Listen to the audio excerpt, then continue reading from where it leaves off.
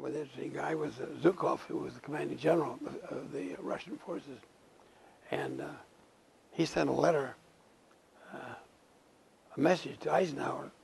He said, I understand that you have an officer in your army by the name of Shuvalov.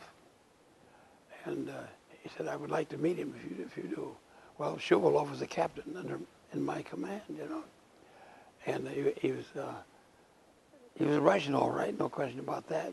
But it so happened that his father was a colonel in the Russian army, and who fought the Red Army.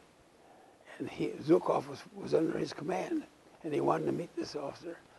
And Shuvalov was a captain in the American Army. He spoke all kinds of languages. He could speak French, English, Dutch, German, Russian, and so forth.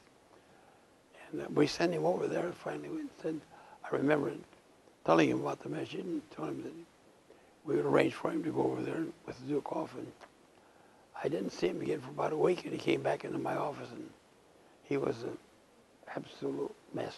His eyes were bloodshot. He was in terrible shape, and he'd been drinking very heavily with the Russians.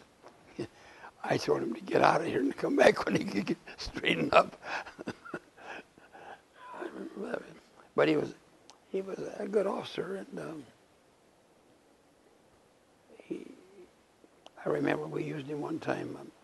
Ridgway was led by paratrooper into France, and he didn't have a French-speaking officer, and the only one at that time we could get was Shuvalov,